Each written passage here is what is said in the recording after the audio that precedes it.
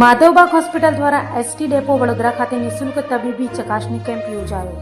વડોદરા ખાતે કાર્યરત આરોગ્ય સેવાઓને પૂરી પાડતી માધવબાગ હોસ્પિટલના સહયોગથી વડોદરા એસટી ડેપો ખાતે એક નિઃશુલ્ક તબીબી ચકાસણી કેમ્પ યોજવામાં આવ્યો હતો. આ કેમ્પમાં કામદારોના આરોગ્યલક્ષી પ્રશ્નોનું નિદાન અને નિરાકરણ લાવવા માટેનો ભગીરથ પ્રયાસ કરવામાં આવ્યો હતો, જેને કામદાર જનતાએ તેમજ રોજિંદા અવરજવર કરતા એસટી બસના મુસાફરોએ અને અન્ય કામદારો દ્વારા મોટા પ્રમાણમાં તબીબી તપાસ કરાવી યોગ્ય નિદાન મેળવ્યું હતું.